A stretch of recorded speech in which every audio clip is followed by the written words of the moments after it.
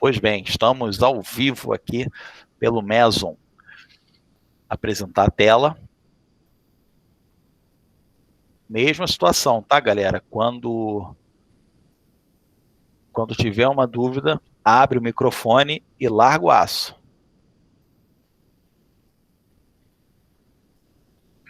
Tá aí o nome do canal, tá? Bizu de História, professor Bruno Rizzo. Vai lá no YouTube e me adiciona. Tem YouTube, tem Instagram, tem também no Face, enfim, Bizu vai invadir o mundo. Bom, galera, então, expansão marítima europeia. Nós vamos começar um tema muito bacana, que é efetivamente a nossa origem em relação ao conceito de Brasil que nós conhecemos hoje. Os portugueses, eles aportam no Brasil em 1500, comandados pelo Pedro Álvares Cabral, e a partir de 1500 existe, né, o início da colonização. O Brasil ele passa a ser colônia de Portugal, né, de 1500 até 1822, portanto são 322 anos sendo colônia. Nós anexamos muito da cultura desses europeus, no caso os portugueses. Mas isso tudo teve um início, e esse início ele vai ser tratado a partir da expansão marítima, ou era das grandes navegações. O Brasil ele só foi colonizado por Portugal porque, em algum momento, os portugueses resolveram se lançar ao mar. Os portugueses resolveram em buscar novas aventuras. E o Brasil entrou dentro desse contexto. Galera, uma coisa importante é analisar esse processo de transição entre a Idade Média e a Idade Moderna. O Cabral, quando chega no Brasil, ele é um homem do mundo moderno, da Idade Moderna. E antes, a Europa vivia num período chamado feudalismo. E o feudalismo ele é muito retratado nos filmes de cavaleiros, né? A lenda do rei Arthur, Coração Valente, que é da minha época de moleque.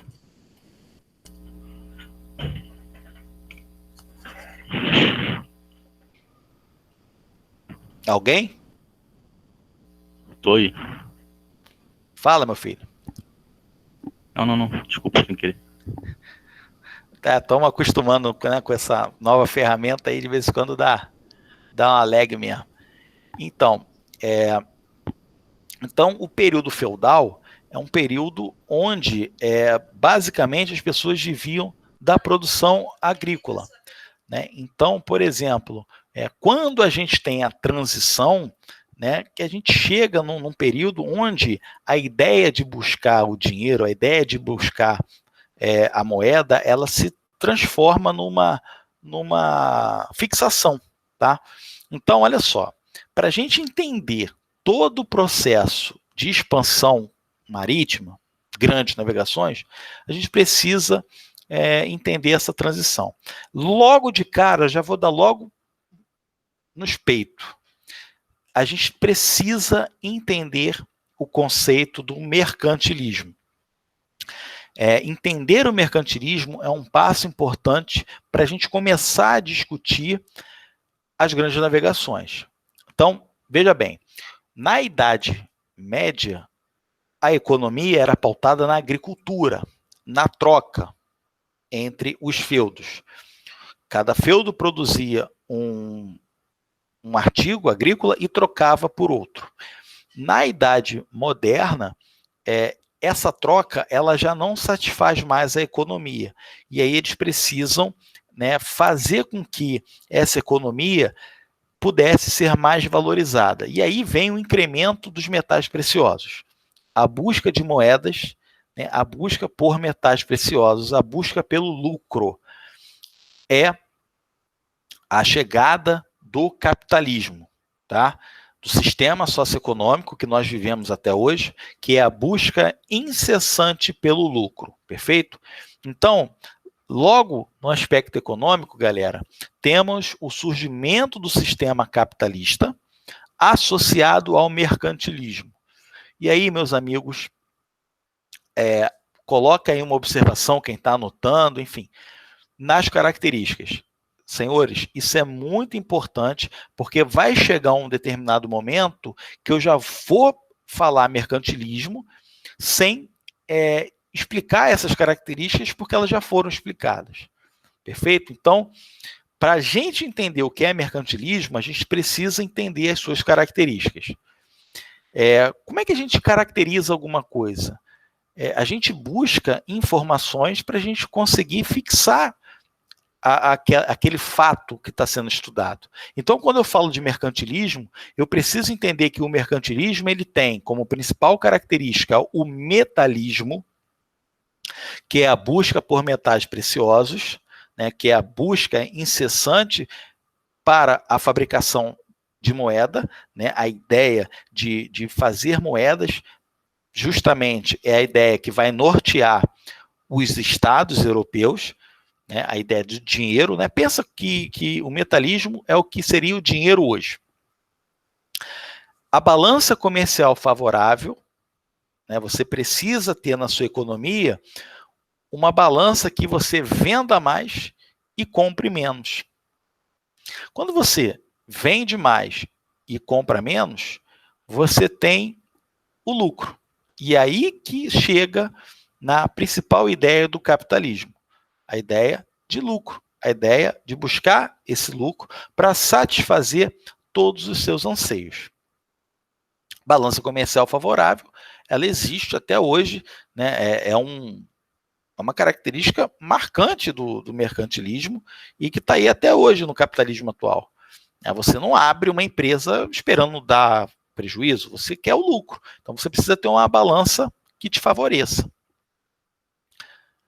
Monopólio, que é a exclusividade. Na Idade Moderna, quando o Cabral ele parte para o Brasil, a coroa portuguesa era detentora dos direitos econômicos. E a coroa portuguesa permitiu que o Cabral fizesse a viagem. E tudo que ele conseguisse obter de vantagens econômicas seria entregue ao Estado português. Então, o mercantilismo é uma fase do capitalismo onde a gente tem, né, o monopólio do Estado. Ao contrário dos dias de hoje, que a gente tem um capitalismo liberal, por exemplo, né? O Estado ele intervém na economia? Intervém, mas você pode abrir seu negócio pagando seus impostos, não tem problema nenhum. Naquela época, o Estado ele era dirigente da economia. Então, ele ia buscar pessoas próprias para fazer determinados serviços para o Estado. Perfeito? Letra D, protecionismo, que é a ideia de proteção. Vamos lá. O Brasil ele era colônia de Portugal. Perfeito? Isso aí todo mundo sabe. O Brasil ele não poderia sofrer incursões de outros países para comprar produtos desses outros países.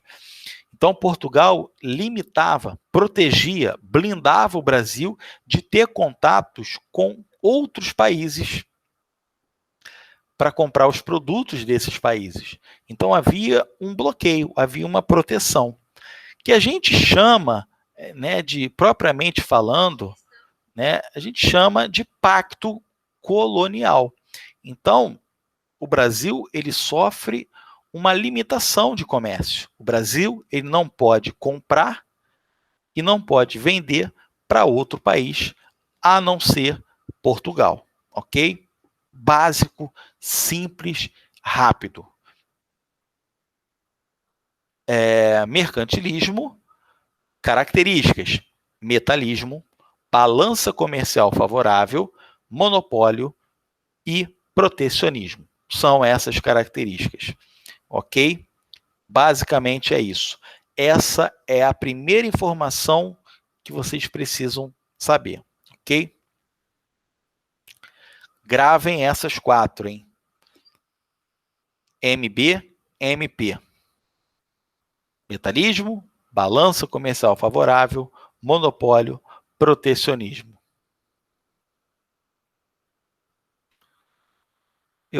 Tem um jeito fácil da gente gravar, só que como a aula está sendo gravada, isso pode ser usado contra mim, né? Enfim. MB, MP. Mais uma vez, a transição, vamos falar sobre o aspecto social. Na Idade Média, as classes sociais eram divididas em clero, nobreza e servos. Quando a gente chega na Idade Moderna, essas classes sociais elas sofrem alterações. Quais? Clero, igreja muito poderosa, Estado, nobreza, burgueses e camponeses, ok? Então, tem uma diferença. Foi acrescentado o burguês. Quem é esse burguês? O burguês é aquele comerciante que vem fazendo fortuna gradativa. É ele que vai também patrocinar as viagens das grandes navegações, porque ele está esperando o quê? Mais lucro, mais território para fazer comércio. Perfeito? Então, a ideia dessa nova classe social é chegar numa área onde exista mais mercado consumidor. Ok? Então, na Idade Moderna, você tem o clero, a nobreza, a burguesia, ou os comerciantes, e os camponeses e trabalhadores urbanos. O aspecto religioso. Galera, na Idade Média, só existia uma igreja na Europa, a Igreja Católica. Quando a gente chega na Idade Moderna, essa Igreja Católica ela começa a sofrer com pessoas desistindo de ser católicos. Né? Por exemplo, essa igreja ela vai sofrer as reformas protestantes. O primeiro reformador foi o Martinho Lutero, que traduziu a Bíblia do latim para o alemão, que questionou a autoridade do Papa, que acabou com o culto às imagens, enfim, uma série de situações. Esse Martinho Lutero ele vai ter um sucessor, que é o João Calvino. E o João Calvino ele vai dizer o seguinte, que a obtenção do lucro é um sinal de salvação. Ele vai dizer que se a pessoa nasceu pobre e enriqueceu com seu trabalho, Deus está mostrando para essa pessoa que essa pessoa é digna de entrar no paraíso. É a famosa teoria da predestinação. Aí eu pergunto a vocês, pode ser uma pergunta retórica. A burguesia, ela enriqueceu bastante. E aí, o que você acha que aconteceu? Você acha que esses burgueses ficarão atrelados ao catolicismo, que criticava o lucro desses burgueses, ou eles vão migrar para o calvinismo? Lógico que eles vão para o calvinismo. Né? Eles vão ter a noção de que estão enriquecendo e que Deus está mostrando que é algo benéfico. Perfeito? Então, são os burgueses, mais uma vez, figura importante dentro do processo de expansão marítima. O aspecto cultural, a gente tem o Renascimento, né? O Renascimento cultural, por exemplo, é o renascimento dos grandes artistas, Leonardo da Vinci, Michelangelo, né? São pessoas que pintam, que retratam um ser humano. Né? Então, a gente tem aí, com isso, uma alta valorização do ser humano, do próprio ser humano. O poder político, o aspecto político, com a formação dos estados nacionais. Na Idade Média, não existia conceito de país, existia conceito de reinos. Na Idade Moderna, os países começam a surgir, os países começam a aparecer, e o rei passa a ter uma importância política muito forte. Qual é o primeiro estado a se tornar país? Exatamente qual? Portugal. Então, os portugueses são a primeira nação a ser formada dentro da Europa. Então, automaticamente, esses portugueses, o Estado português, ele também vai sair na frente no processo de expansão marítima, porque ele já está consolidado, ele já está preparado para esses desafios. E o aspecto científico, grandes avanços científicos, por exemplo, a criação da caravela. Você tem também a chegada de instrumentos como o astrolábio, você tem a incrementação da bússola. Opa! Essas criações aí já foram feitas na escola de estado, né, professor? Isso, vamos chegar lá. Exatamente. Perfeito. Então, essas melhorias náuticas, elas são feitas numa região chamada Sagres, que depois vai dar origem à Escola de Sagres. Então, galera, informações básicas em relação a isso. Século XV, né, inicia, né, a primeira grande conquista de Portugal no norte da África, uma região chamada Ceuta, em 1415. E aí, Portugal e depois a Espanha se lançam ao mar. Primeiro Portugal, tá? Depois a Espanha. A Espanha vai na cadência de Portugal, mas Portugal é o pioneiro realmente. Então, o que foi essa expansão europeia, essa expansão marítima? Bom, olha só, galera. Essa expansão marítima, ela é direcionada para a região do Extremo Oriente, a região que será chamada pelos europeus de Índias. As Índias não era só o país Índia, vale lembrar, era todo o Extremo Oriente, que os europeus generalizavam chamando de Índias, né? Então era um local bastante complexo também. O objetivo de chegar às Índias era fazer negócio com a população local e conseguir comprar as especiarias. Quais são essas especiarias?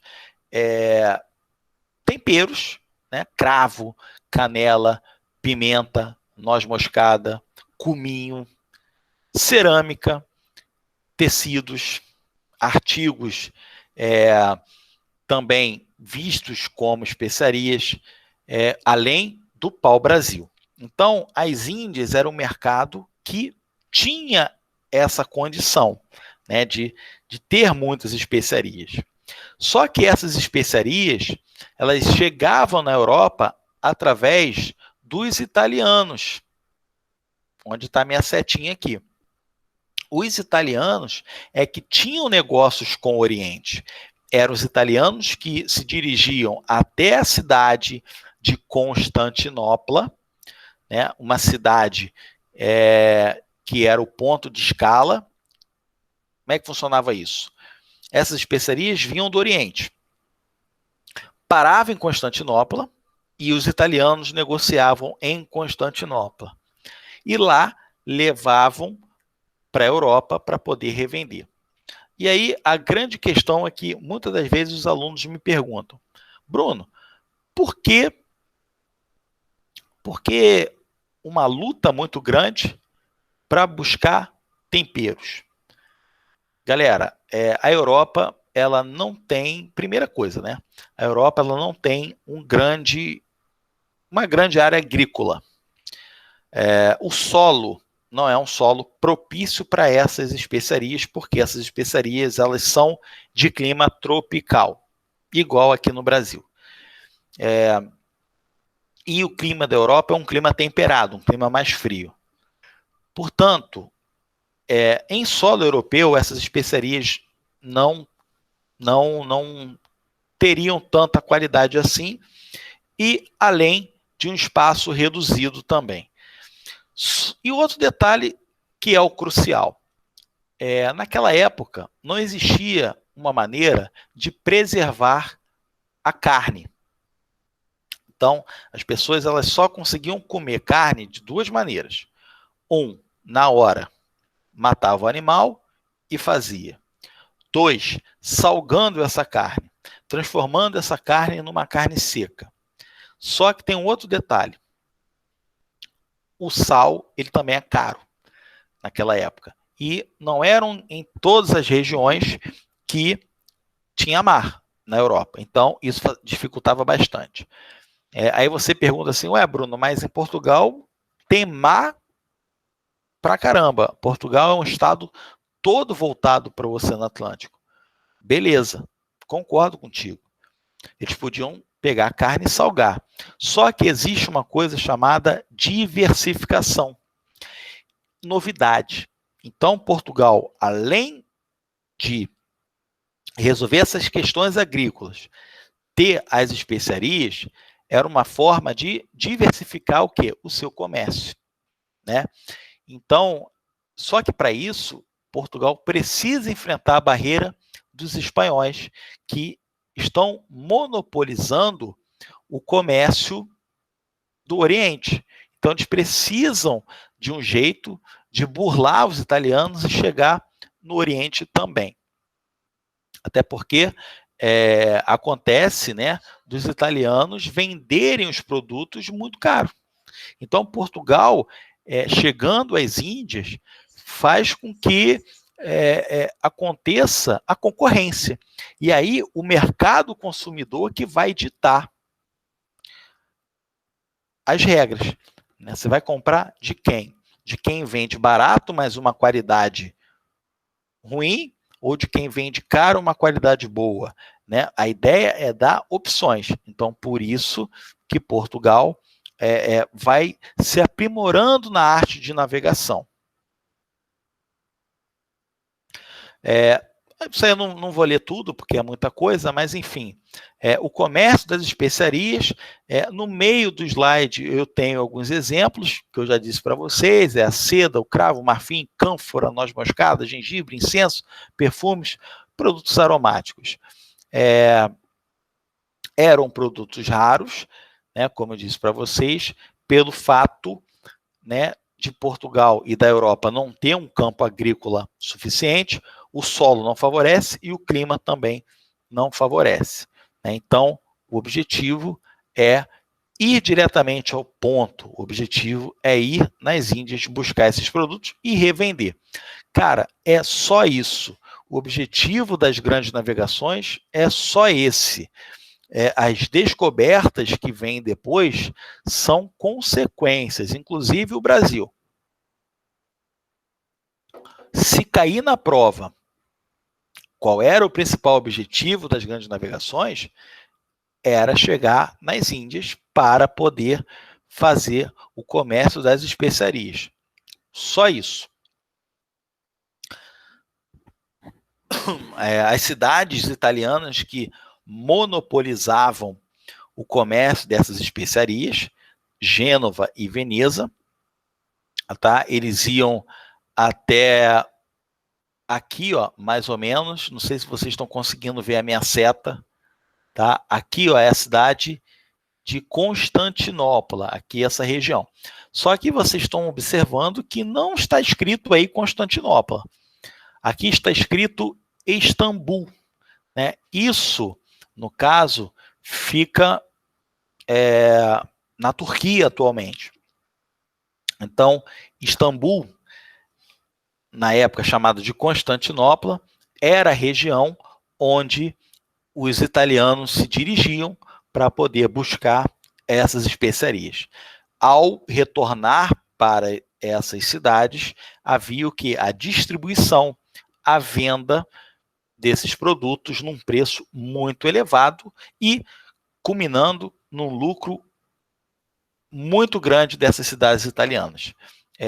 Mais abaixo aqui a gente tem o mar Mediterrâneo, onde era a área mais importante na navegação, o mar Mediterrâneo, tá?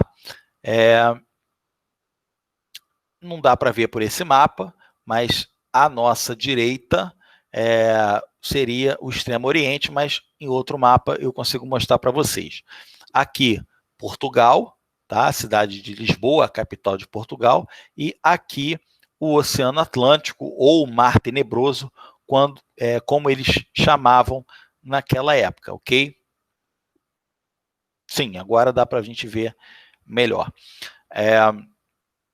Então, a gente tem aqui, ó, o Extremo Oriente, tá? Aqui as Índias, tá? Tudo isso aqui, ó, Índia, China, Ilha de Java, tá? No Oceano Índico, tudo isso aqui para os europeus era chamado de Índias. Professor, o mapa não está aparecendo, não.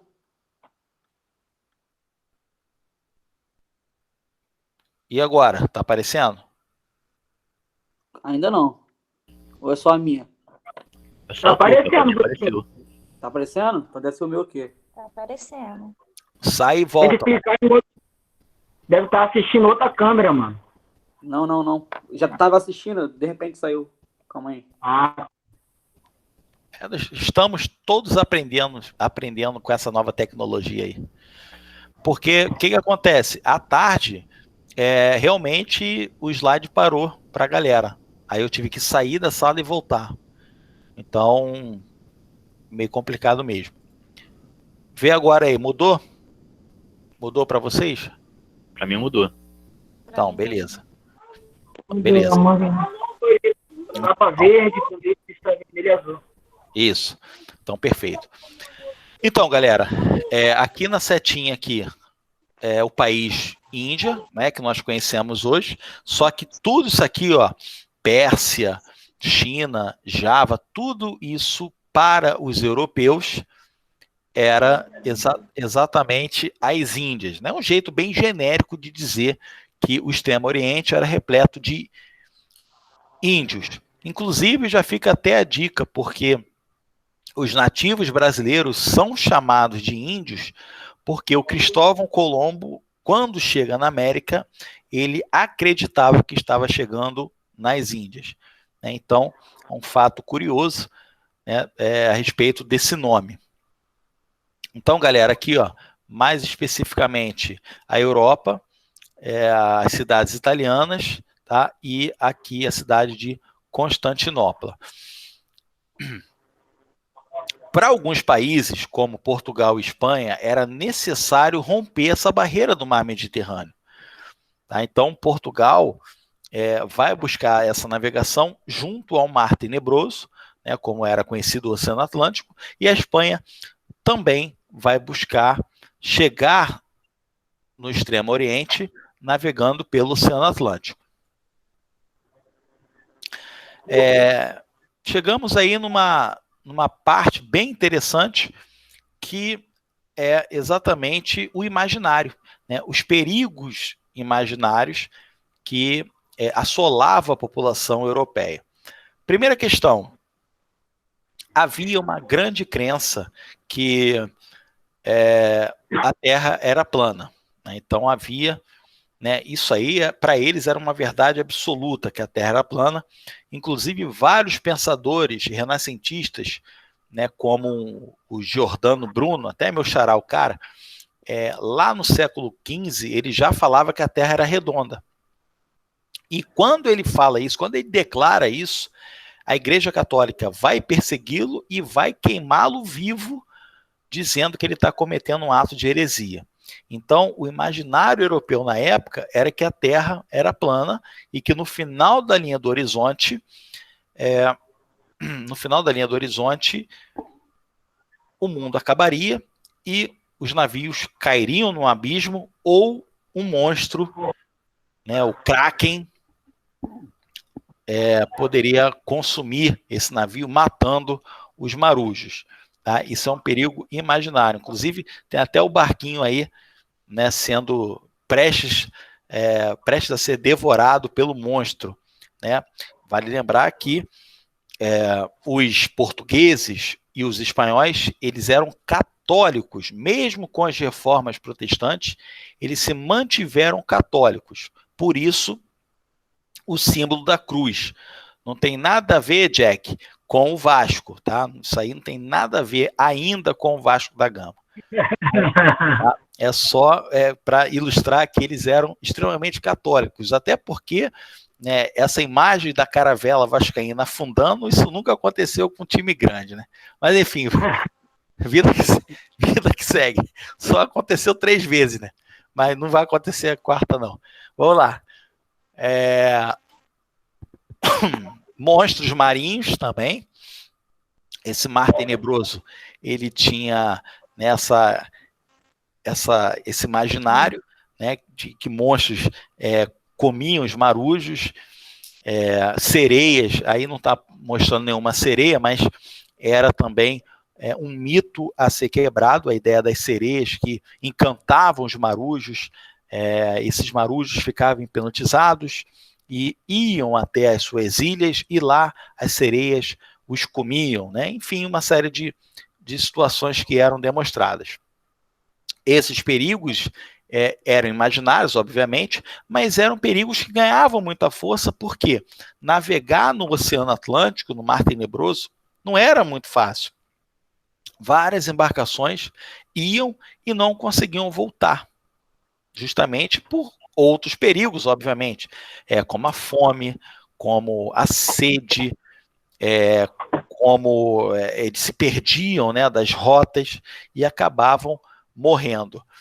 Vários relatos dão conta, né, de, num ato de desespero, né, os marujos, eles sorteavam para ver quem ia ceder uma perna para poder cozinhar para a galera. E isso depois dos ratos já serem devorados, né, baratas, e quando não tinha mais o que comer, eles tiravam para o ímpar para saber qual perna eles iam cortar para poder a rapaziada comer. Inclusive, isso é até retratado num filme aí, Moby Dick, um filme recente aí, daquele ator que fez o Thor. Né? Então, assim, o canibalismo acontecia de uma forma, assim, abominável, justamente porque os caras se perdiam e não tinham mais o que comer. Doenças... Deixa de pé. Oi? Ué, professor, foi mal, esqueci ligado aqui. Valeu. Doenças também como a pneumonia, a tuberculose, o escorbuto, né? Essa doença chamada escorbuto, isso já tá erradicada, né? O escorbuto era uma doença provocada pela falta de vitamina C. Então o cidadão, ele não chupava laranja e ele ficava fraco, a gengiva ficava podre, os dentes caíam, a garganta inchava até o cara vir a óbito. Então, assim, doenças seríssimas, fora as doenças provocadas, né, pela urina dos ratos, pela alimentação, né, os caras comiam rato pra caramba, então, quer dizer, aquilo ali fazia mal, né, pelo jeito também que era feito, né, não era uma coisa Masterchef, obviamente, era feito de forma lá vão ter. Perigos imaginários, perigos reais, né? E eu chamo a atenção, deixa eu sair aqui rapidamente e vim aqui para o nosso material, eu chamo a atenção de vocês agora para o ano de 1453, aqui eu consigo dar o zoom, né, ficar melhor para vocês, esse material já está lá disponível, tá? Esse material é da apostila Bizu de História, que foi adquirida pelo aluno Jack, né, Jack? Você comprou. Eu chamo a atenção aqui, ó, de Constantinopla mais uma vez, por quê? Galera, a cidade de Constantinopla, que é o ponto né, de escala dessas especiarias rumo à Europa pelos italianos, o que acontece? Em 1453, essa cidade ela vai sofrer a invasão dos turcos otomanos, que é uma população árabe, né, de origem árabe e de origem islâmica, de origem muçulmana. E vocês, com certeza, já ouviram falar bastante dos muçulmanos. E os muçulmanos, existem algumas vertentes do islamismo radicais. Né? Então, havia naquele momento... havia naquele momento uma grande rixa entre católicos e muçulmanos. Então, quando esses turcos otomanos tomam Constantinopla, eles proíbem qualquer tipo de tráfego no mar Mediterrâneo. Com isso, as especiarias elas vão sofrer um processo de inflação muito elevado. Já não era um instrumento barato. Com essas invasões dos árabes, dos turcos otomanos, esse preço ele sobe 1000%, tá? E isso faz com que Portugal sinta a necessidade de se apressar ainda mais, né? Então, a gente tem um Estado português ávido por essa condição de chegar a esse extremo Oriente. E aí Portugal vai, aos poucos, conseguindo as suas vitórias. Depois eu explico as motivações, tá? Só para vocês entenderem. Primeiro, Portugal vai conquistar Ceuta, no norte da África, uma região que hoje seria Marrocos. Portugal conquista Ceuta, funda as feitorias, né, que eram entrepostos comerciais, locais para a frota poder descansar, né, uma série de situações, e gradativamente Portugal vai conquistando outras ilhas. A número 2, em 1419, conquista o arquipélago de Madeira, tá? Inclusive o arquipélago da Madeira, onde o Cristiano Ronaldo é nascido, né? O jogador Cristiano Ronaldo, ele não nasceu em Lisboa, ele nasceu na Ilha da Madeira. Depois tem o Açores, o número 4, o perigosíssimo Cabo Bojador, Portugal consegue conquistar em 1434, né, um local difícil acesso, e Portugal consegue bravamente. Cabo Branco, Cabo Verde, 1445, a ilha de Cabo Verde é muito importante porque vai delimitar o Tratado de Tordesilhas, perfeito? Então, fica já o bizu para vocês aí quando a gente chegar em Tratados de Tordesilhas. Vamos lá. Cabo da Boa Esperança, em 1488, através do Bartolomeu Dias, né, que é essa parte do extremo, deixa eu pegar a setinha aqui, do extremo sul da África, tá? Essa região aqui era chamada de Cabo das Tormentas, porque nenhum navegador conseguia passar até 1488. Depois de muitas tentativas, o Bartolomeu Dias ele consegue transpor o Cabo das Tormentas e o rei de Portugal, chamado Dom João III, vai rebatizar o Cabo das Tormentas, dando o nome de Cabo da Boa Esperança, ok? E o número 8, em 1498, né, eu vou até beber uma água aqui para poder falar, que é uma parte muito emocionante para mim, diga-se de passagem. O grande, poderoso navegador, o maior de todos, o Vasco da Gama, ele consegue chegar em Calicut e dar início ao processo de colonização.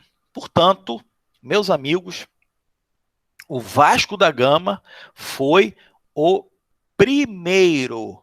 Não existe esse negócio de segundo. Esse negócio de segundo é coisa da mídia comprada, né? Das imposições do sistema socioeconômico do nosso país. O Vasco da Gama ele foi o primeiro a conseguir chegar em Calicut e iniciar o processo de colonização, ok? Então, história é cultura, senhores. Senão a gente fica reproduzindo aí uma série de coisas que a gente escuta falar e não sabe que é verdade. Jack, quer falar alguma coisa a respeito disso? Tô suave, só tô observando tu aí mesmo. Então beleza. Eu não tô sozinho hoje não, tem a Marília aí, a Marília é da Força Jovem. Então, galera, fatores que favoreceram a navegação luso-hispânica. E aí, galera, olha só, por que Portugal foi o pioneiro? essa série de situações aí. Primeiro, Portugal é um país que tem um mar favorável à sua frente, então ele precisa trabalhar com essa cultura marítima, né? Então ele aprende a lidar com essas dificuldades. Beleza. Depois, Portugal é o primeiro estado a ser centralizado, é o primeiro país da Europa, vamos dizer assim.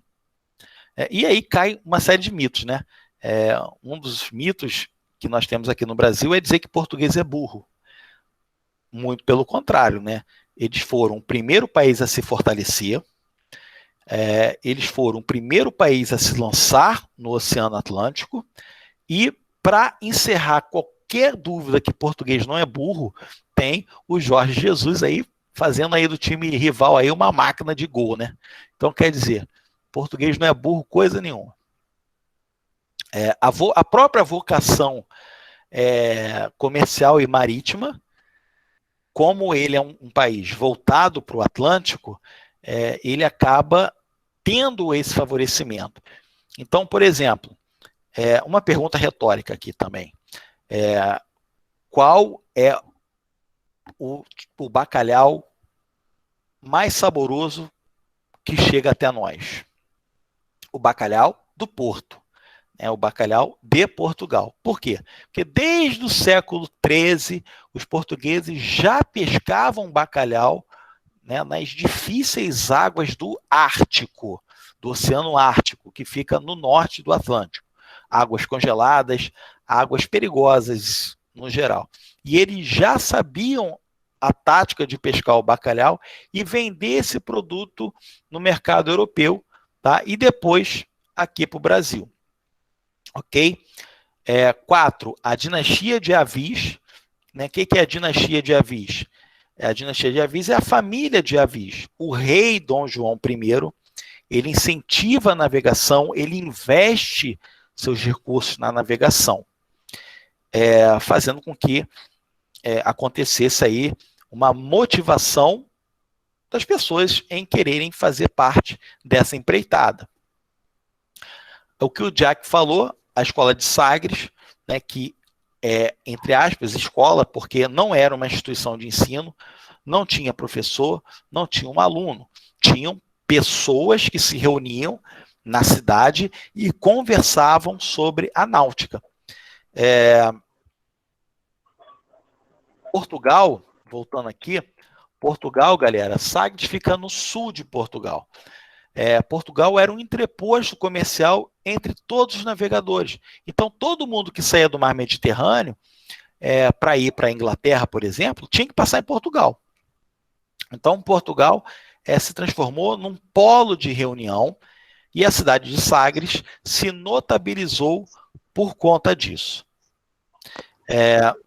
Uma pessoa que vai ser muito importante na escola de Sagres é o infante Dom Henrique. O infante Dom Henrique que vai criar o símbolo de Sagres.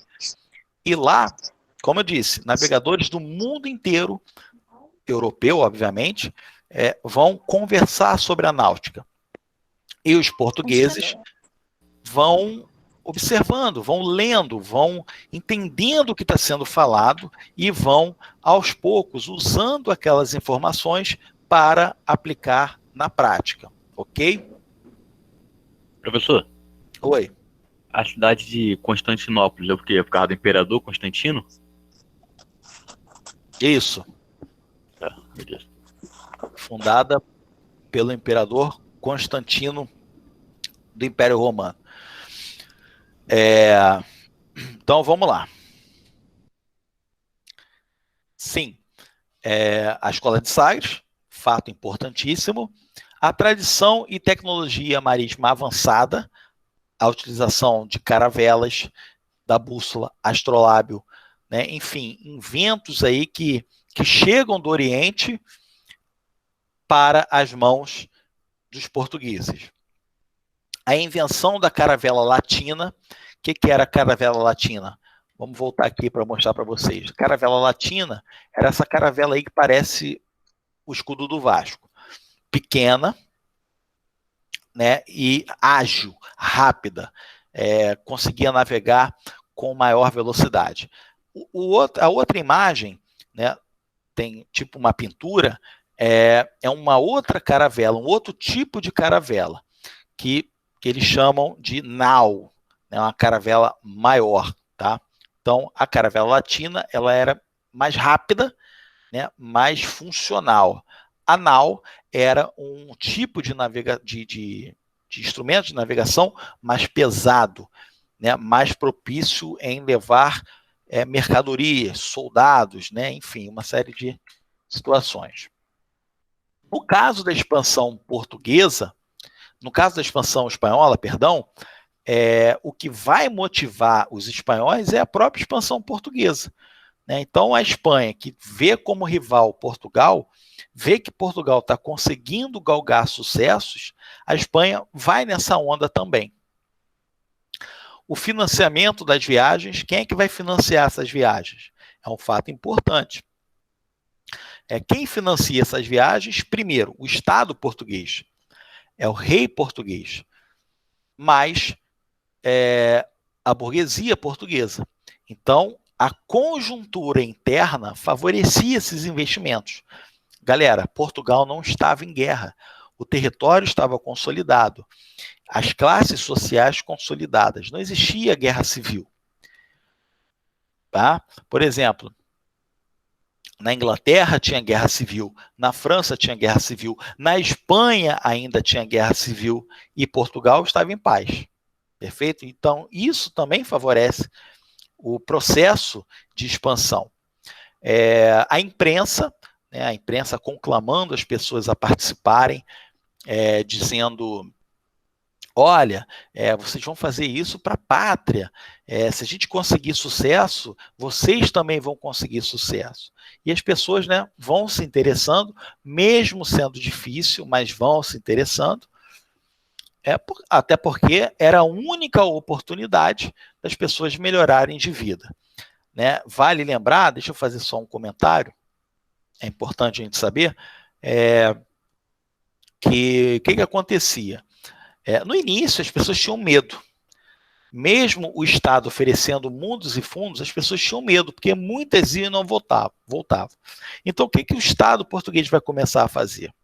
Vai começar a tirar das ruas persona não gratas. Então, moradores de rua vão ser escalados para ir à força, pedintes, mulheres de vida fácil, né? Eles vão começar a escolher, entre aspas, a escória para colocar nessas viagens. Tanto é que dentro dessas viagens, muitas caravelas, elas não conseguiam chegar no objetivo, não é porque o navio naufragou, é porque o pau quebrava dentro. Né? Então, você tinha moradores de rua, mulheres de vida fácil, né, prostitutas, e você tinha também prisioneiros. As prisões de Portugal... Oi. Essa época já tinha o degredo já? Já. O degredo ele existia como pena, né, de expulsão. O degredo, Jack, ele vai ficar mais intenso quando Portugal chegar no Brasil. Ah, entendi. E aí vão ficar uma opção de gente aqui. Valeu. Porque o degredo ele vai ser um mecanismo utilizado para limpar a escória. Né? Então, por isso... para colonizar o Brasil também, né? Isso aí, exatamente. Perfeito. Então, você pegar moradores de rua, prostitutas, prisioneiros e lançar num navio é uma espécie de degredo. Não deixa de ser. Né? E o pau quebrava dentro dessas embarcações porque existiam grupos, claro, obviamente que não existia um crime organizado complexo como tem hoje, né? Não existiam facções criminosas igual tem hoje, né? Tanto é que nas cadeias aqui no Brasil você separa, né? A facção 1 com a facção 2, não fica junto, mas naquela época você tinha grupos rivais dentro das cadeias que eram colocadas juntos dentro dos navios. Então o pau quebrava, né? Então um matava o outro, jogava no mar, enfim, era um inferno de Dante. E, para fechar essa parte, a gente tem um apoio da Igreja Católica. Só que esse apoio da Igreja Católica é um apoio muito sugestivo. é um apoio da bênção apenas. O padre ele vai lá fazer a oração na caravela, ele benze a caravela, joga água benta e depois vida que segue. Boa sorte. A Igreja Católica ela não patrocina financeiramente as viagens. A Igreja Católica abençoa. Vale lembrar que é interessante para a Igreja Católica também aumentar a sua área de atuação. Por quê?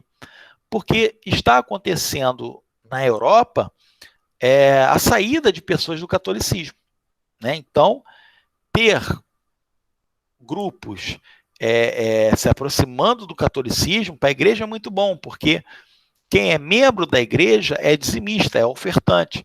Então, seria um jeito dela também recuperar essas perdas humanas dentro das suas missas.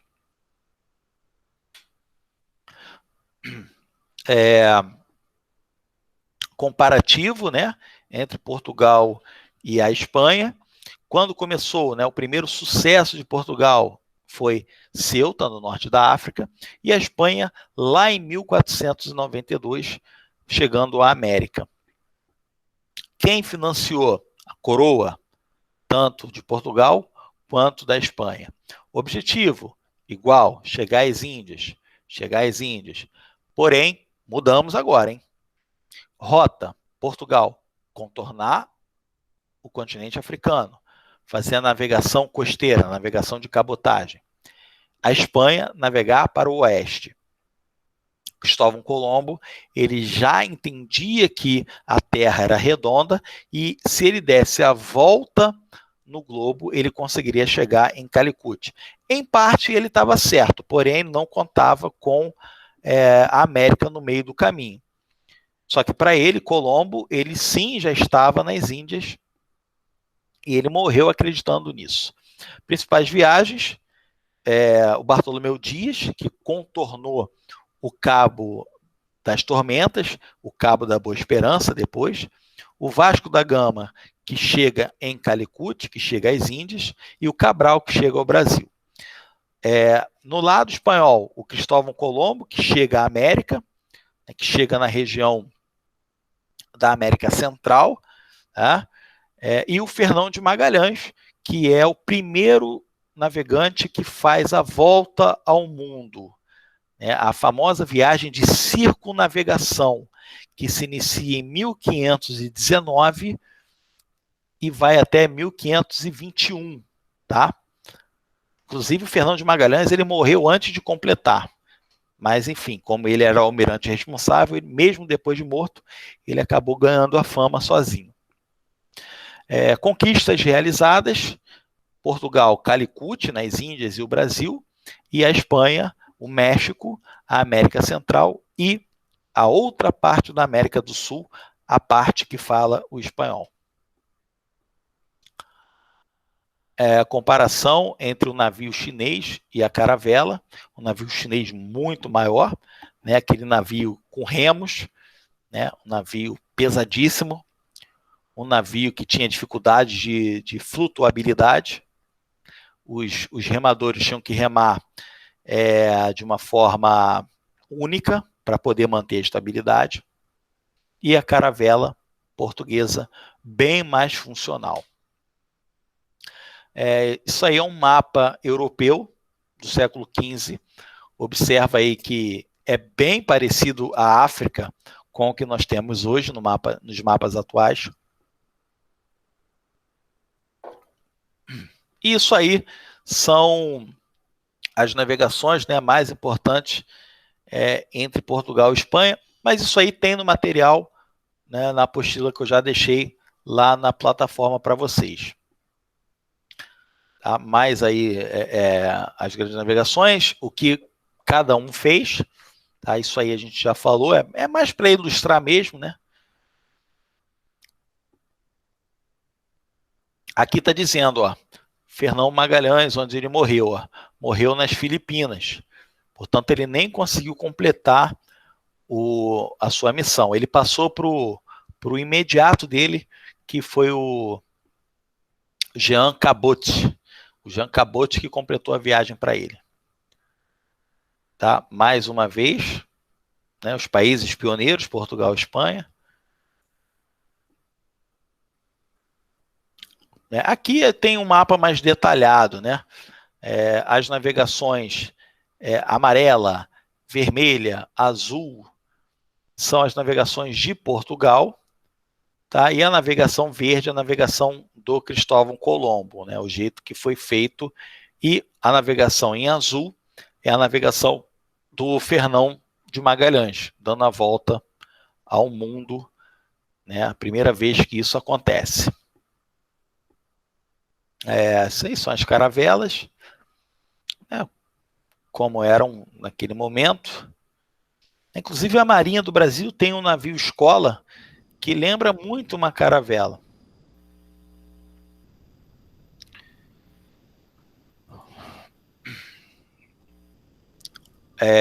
Aqui a gente vai fazer o seguinte, a gente vem para o material que ficou melhor para mostrar para vocês. Em relação às navegações, tá? Só para endossar mais ainda. Portugal navega de leste, né, oriental, sempre contornando a África, uma navegação de cabotagem, enquanto a Espanha ela faz a navegação mais audaciosa. Ela faz uma navegação rumo ao Ocidente. Tá? Resultados alcançados, eu já falei com vocês.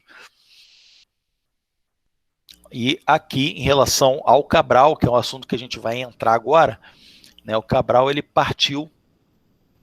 Alguém quer falar alguma coisa aí? Professor, ali no caso ali dos Estados Unidos, Canadá, foi Colombo também que descobriu, não, né? Não. O que acontece?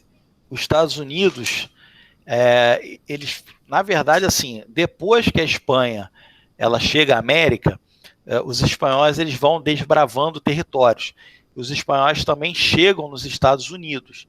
Só que aquela região dos Estados Unidos, para os espanhóis, não eram tão vantajosas, por causa do clima, né, que era mais frio, e aí eles largam de mão, eles abandonam. Quem vai colonizar boa parte dos Estados Unidos e do Canadá é a Inglaterra e a França, no caso do Canadá. Ok? Então, a Espanha ela fica mais ali na parte central mesmo. O México para baixo. Embora o México ele era muito maior do que é hoje. Tá? O México ele era todo o território da Califórnia. Califórnia era México, né? Novo México, Texas, tudo aquilo ali era do México.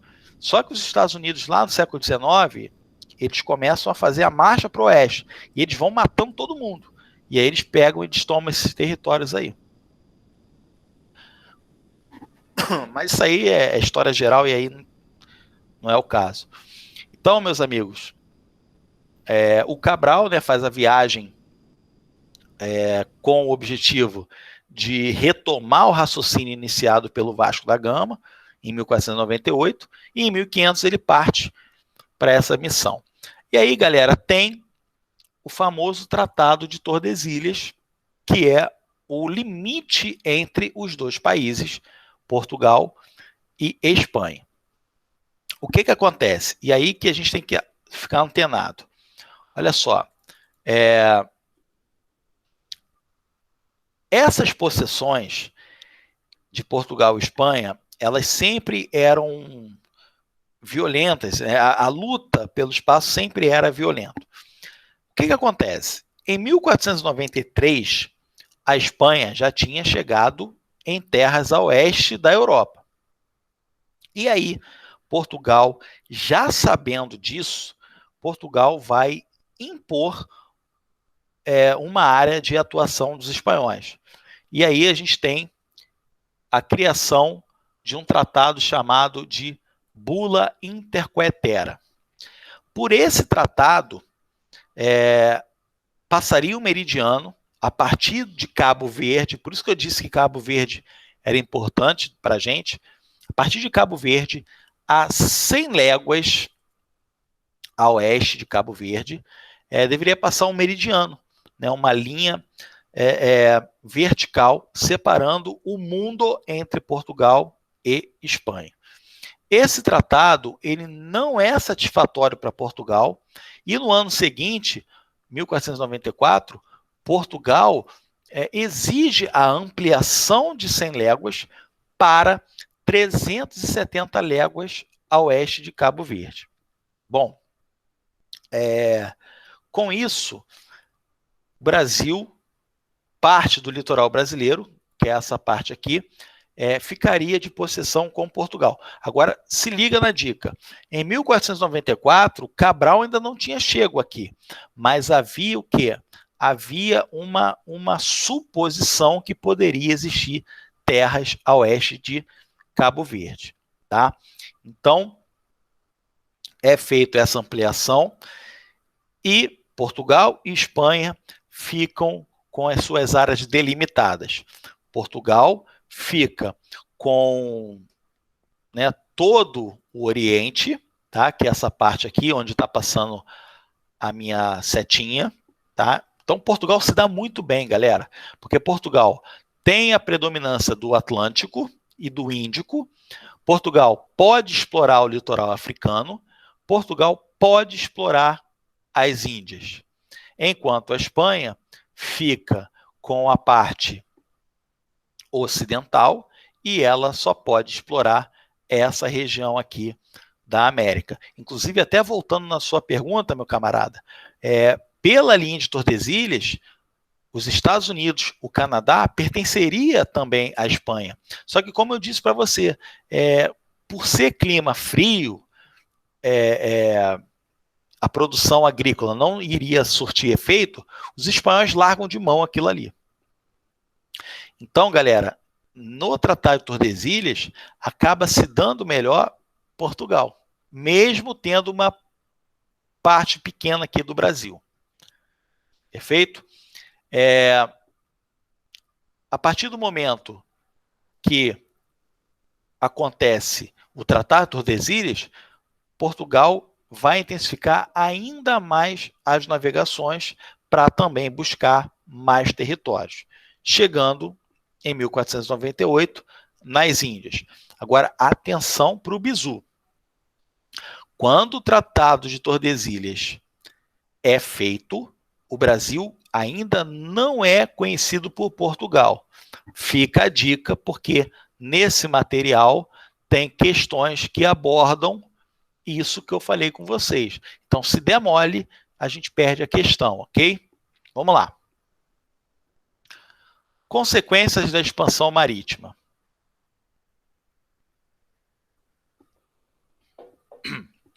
Galera, então, surgimento de impérios coloniais. Portugal vai ser metrópole do Brasil, o Brasil vai ser colônia, e vai impor as práticas mercantis. Balança comercial favorável, metalismo, protecionismo e monopólio.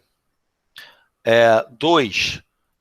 O Oceano Atlântico passou a ser o principal centro comercial, substituindo o Mar Mediterrâneo. Pega essa visão aqui, que depois a gente vai ter uma outra dica em relação a isso. Propagaram-se novos conhecimentos geográficos, astronômicos. Vão descobrir novas constelações, por exemplo, o Cruzeiro do Sul, tá? E a teoria heliocêntrica ela vai ganhar mais força, que é a teoria de que a Terra que se movimenta no entorno do Sol. Antes, vigorava a teoria geocêntrica. O Sol ficava girando em torno da Terra. Agora, né, inclusive o Giordano Bruno morreu por conta disso. Agora, a Terra se movimenta e o Sol fica parado. 4. Baixou o preço de custo das especiarias, porque com a chegada dos portugueses, os italianos, que dominavam o mar Mediterrâneo, eles vão sofrer com a concorrência. Né? Os italianos eles compravam de revendedores. Então, basicamente, era aumento em cima de aumento. Os portugueses, agora, eles vão diretamente na fonte. e eles compram os produtos mais baratos, consequentemente, eles vendem mais barato. Surgiram as companhias de comércio, que eram órgãos do governo que regulamentavam o comércio colonial, principalmente quando a gente chegar naquela parte de revoltas, que é uma parte muito maneira, revoltas aqui no Brasil.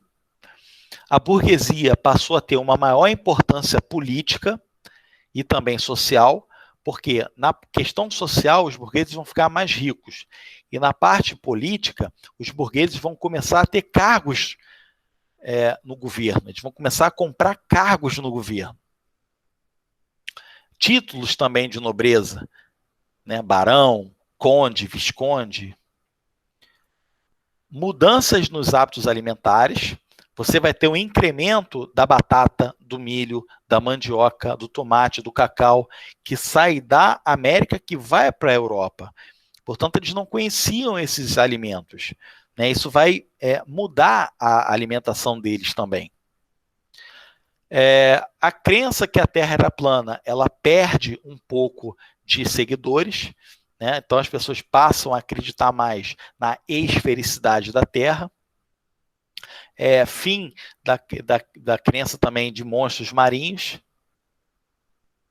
Propagação europeia, da cultura europeia, e com destaque ao cristianismo. As populações do Novo Mundo vão sofrer um processo de evangelização. E, como a gente já sabe, esse processo de evangelização é um processo feito pela violência, né? O nativo, ele tem a cultura própria dele, porém, ele é obrigado a aceitar a cultura do outro.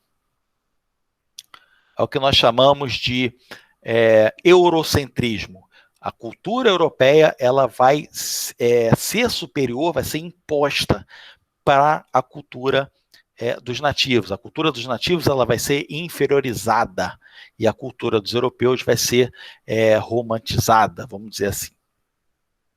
Povoamento e exploração das terras encontradas, grande concentração de metais preciosos para a Europa, e submissão dos povos dos novos continentes à escravização e também aos trabalhos obrigatórios. Então é aí que a gente tem a chegada do povo africano para a América, né, um povo que vai trabalhar nas lavouras e não vai receber nenhum salário, vai ser castigado fisicamente. Enfim, uma série de novas situações vão ser traçadas a partir dessa chegada dos europeus aqui na América, ok? Depois a gente tem a descoberta do Brasil, mas aí, em virtude do nosso tempo, a gente fala da descoberta do Brasil juntamente com o período pré-colonial. Inclusive, na prova de 2010, caiu uma questão abordando o período pré-colonial. E aí a gente fala desse período pré-colonial na próxima aula. Na próxima aula a gente vai ter só 1 hora de aula, então a gente precisa abordar outros assuntos também, tá? Esse material, meus amigos, já está disponível na plataforma, já deixei lá para vocês, né? Nesse intervalo, eu deixei lá para vocês. Bom, eu vou encerrar a gravação, mas a gente ainda tem 5 minutos para a gente tirar as dúvidas.